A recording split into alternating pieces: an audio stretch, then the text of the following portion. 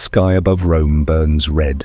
The marble domes, once kissed by sunlight, now echo only with silence. In the palace, a boy emperor, Romulus Augustulus, stands alone.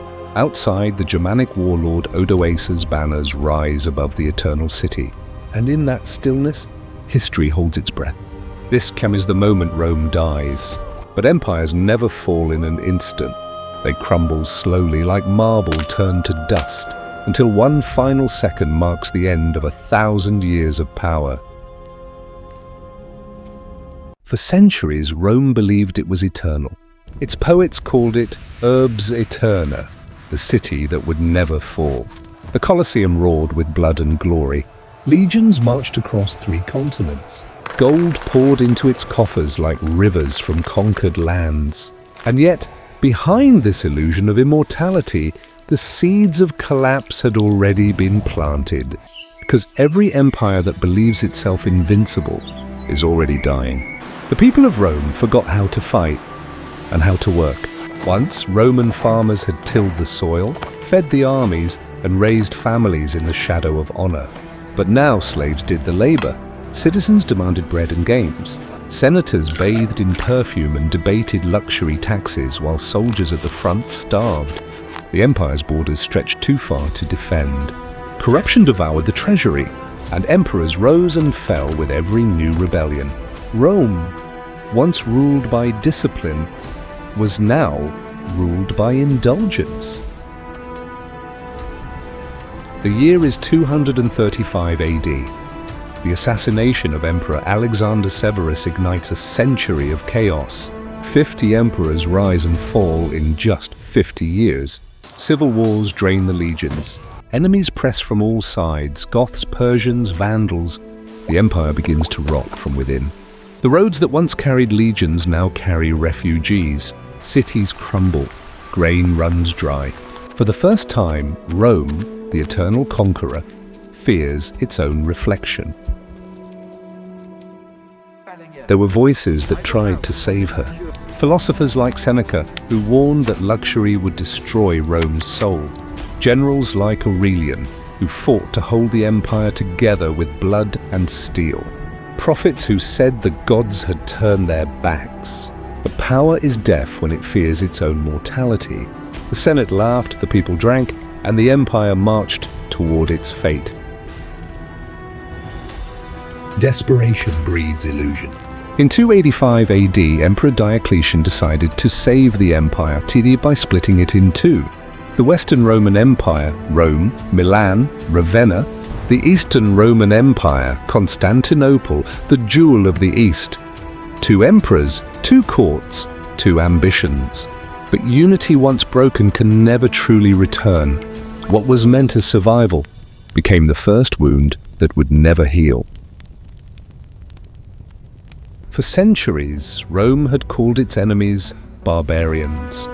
But these tribes, the Goths, Vandals, and Franks, were not mindless savages. They learned from Rome.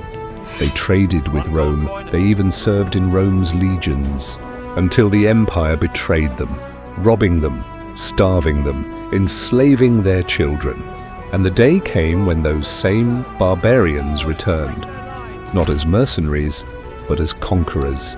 The teacher was about to be devoured by its own students. It is 410 AD. For the first time in 800 years, the city of Rome is under siege.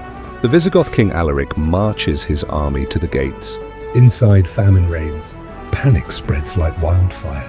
The Senate, paralyzed by pride, refuses to believe it could fall. But on the 3rd day, the gates open. The eternal city is sacked. Its palaces burned, its temples desecrated. Women weep as statues of the gods are shattered. And Rome's people realize that even eternity can die. After the sack, Rome never recovered. Emperors became puppets of generals, and generals became kings in all but name. Gold vanished. Trade collapsed.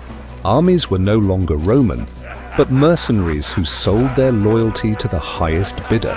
And in 476 AD, when the Germanic leader Odoacer marched into Rome, there was no resistance left.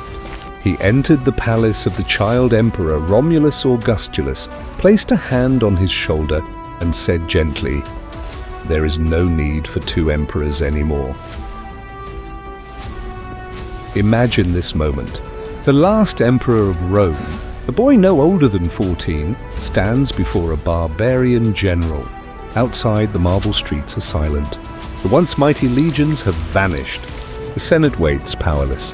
Odoacer removes the imperial diadem from Romulus's head and sends it to Constantinople, a symbol that the West no longer exists.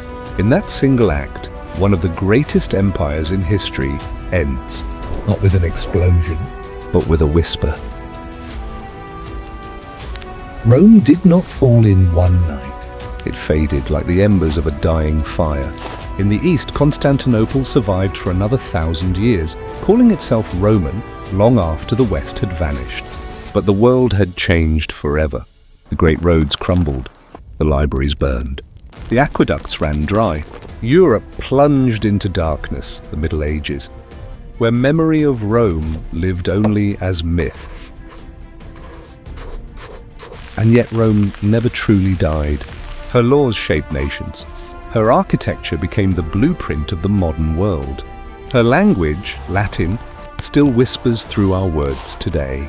Even our idea of civilization is built upon the ghost of an empire that once called everyone else barbarian. Rome may have fallen, but she became immortal in a way she could never have imagined. So when did Rome truly fall? Was it when the barbarians crossed the gates, when the Senate fled, or when the people stopped believing in the empire that made them who they were? Maybe empires don't die from invasion. They die from forgetting why they were born. Every civilization carries within it the seed of its own destruction. And in every fallen empire, there's a warning to the ones that still stand.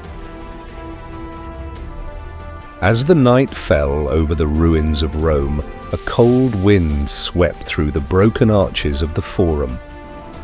Somewhere, a torch flickered, then went out. That was the final second. The breath between empire and oblivion.